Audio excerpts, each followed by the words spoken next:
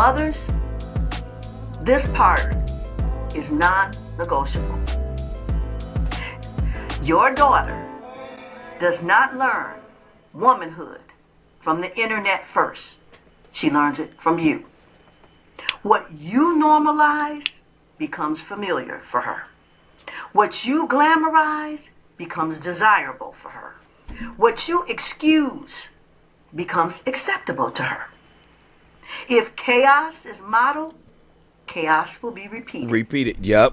If disrespect is performed, disrespect will be repeated. Is learned. You do not get to separate your personal behavior from your parental impact. And they consider this celebration of liberation. Right? From what? From what? This is not liberation. This is wounded women redefining standards to justify pain. So, gentlemen, here's the thing. When you see a girl that you like, that you find attractive at the bar, casino, grocery store, Home Depot, and you approach her, offer her to pay for whatever it is that she's trying to get. That is like that is literally one of the biggest ways you can get in to get your foot in the door, is if you at least offer to pay for whatever it is that she's ordering. Look, it's crazy, man. That's how you get your foot in the door. The biggest way to get your foot in the door. Whether if she is at the casino, she's gambling, or if she's ordering food at the bar, drinks, grocery store, offer to pay for whatever it is that she's getting. Shit.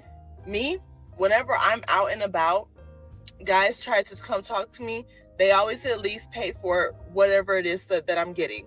Whether that's giving me $200-$300 to gamble with, whether that's giving me $200-$300 to gamble with, whether that's giving me $200-$300 to gamble with. Greetings from the east, the north, the south, and this wicked ass west. The topic: why buy the cow when you don't even drink milk?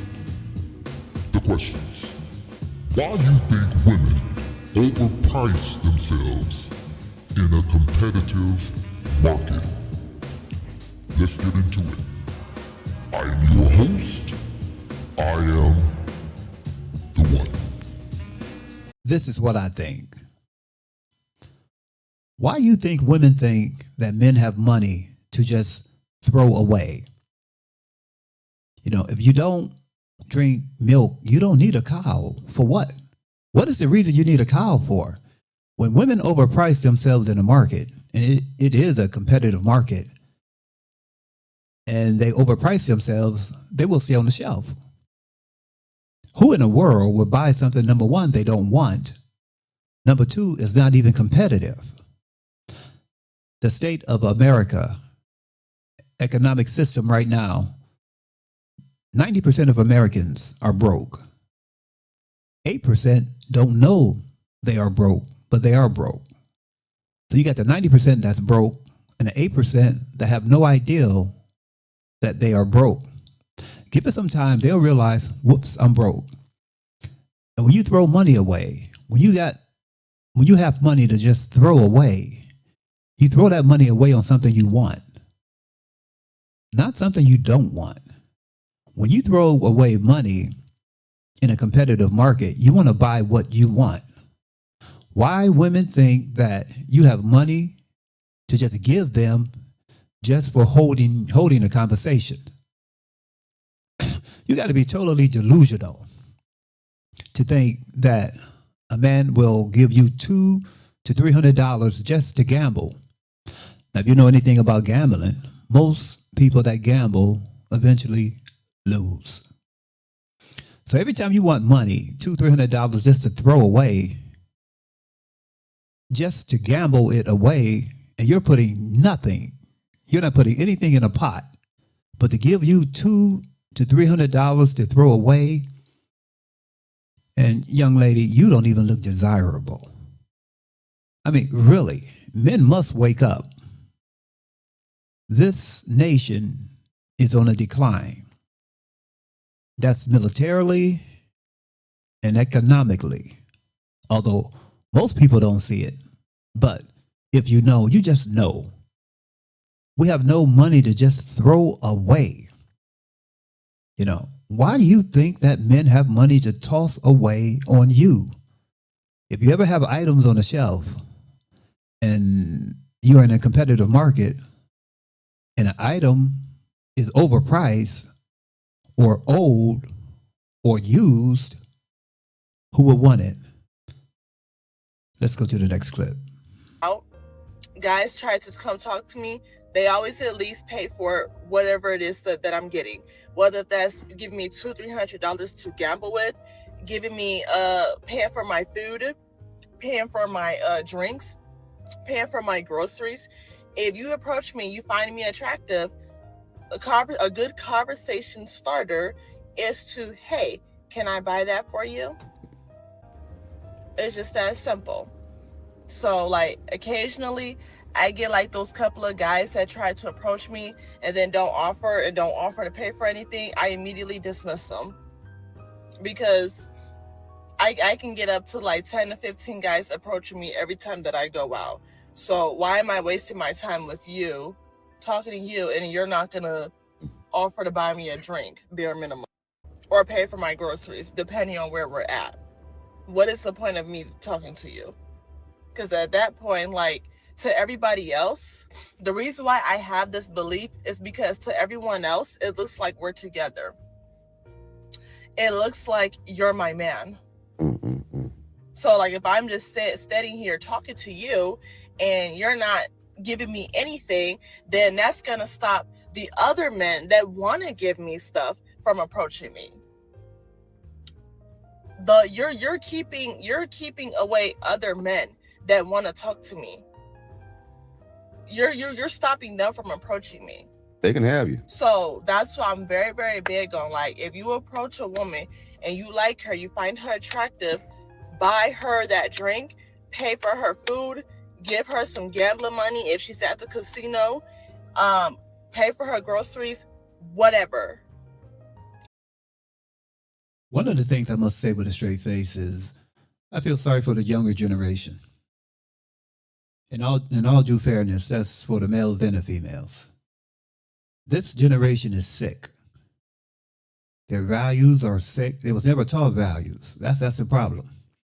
The generation is just simply sick. You put a monetary value on everything. And one thing I realized all the years I was living on this earth is that fades. All those material things, it fades. All of those simple things that you really want and you think it's really important, it fades. It is what it is. It's all vanity and chasing after the wind. If you ever get a minute today, go outside. And when the wind blows, try to catch it. It goes right through you. It's chasing after the wind. But you don't learn that until you get old. And then you shake your head and you say, why did I let the good ones get away? This is the reason why. Let me go to just about the final clip.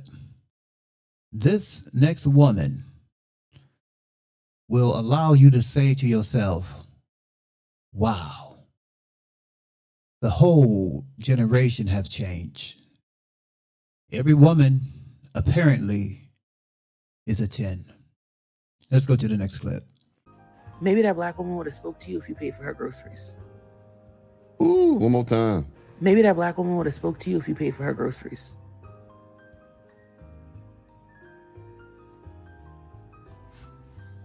Instead of a hi, if you said hey, can I cover your groceries? I think you're a really beautiful woman and I'd like to make your day better. We're living in late stage capitalism. Things are expensive. And black women are tired of being tired. We're tired of having to put on a smile on our faces and take care of everyone while no one takes care of us. So maybe, just maybe, if you would have just offered her something, and let me cover half. Do you need any help? Or if you would have just left her alone, or just simply walked up to her and asked her for her name, something like that. Respected boundaries, but offered something, you might have gotten a smile. Or there was a time in history where they would auction things off, and the highest bidder got the item that they desired. Now, if you equate that to today, you'll take an item and you'll auction the item off and see how high of a price you will get. Certain people will not do well. And that young lady is one person that will not do well. Here's the thing. If you overprice yourself in the market, you will sit on the shelf. There's no question about it. Because when people think the price is too high, they look for a better bargain. My final clip is a lady, and she's going to give men a piece of advice. Now, I know most men don't like taking advice from a woman, but I want you to listen to this woman and what she's telling men about women. Let's go to the final clip. And this part is to men. I'm giving you a few red flags that you should not ignore. Okay, we listening. Men, I'm speaking to you now. Stop confusing attraction with your alignment with the woman. Mm-hmm. Before you invite a woman into your life, your home, or your future, pay attention to these non-negotiable warning signs. If that woman has chronic disorder, and when I'm talking about her car is nasty, her house is nasty, her personal space is unclean, and she has questionable hygiene. If she has no discipline, no routine, and no structure, warning sign. If she's openly hostile toward marriage, family, if she is obsessed with attention, validation, and your pocket. If she is sexually open without emotional maturity. And if she is constantly playing the victim with no accountability. Chaos does not become peace through commitment. It multiplies. So I'm saying if she has these qualities, don't commit to her, because you are going to have many problems multiplying. If you attach your future to disorder, do not be surprised when it drags you into financial ruin, emotional instability, or life-altering consequences. True confidence requires restraint. True strength requires self-control. True femininity carries responsibility, not rebellion. And true masculinity protects its future by choosing wisely. If that statement would have came from a man, women will say, well, that's misogyny. But yet, that statement came from a woman. I can just imagine how many names they will be calling that woman. In other words, you cannot win. Thank you for watching. I am your host. I am the one.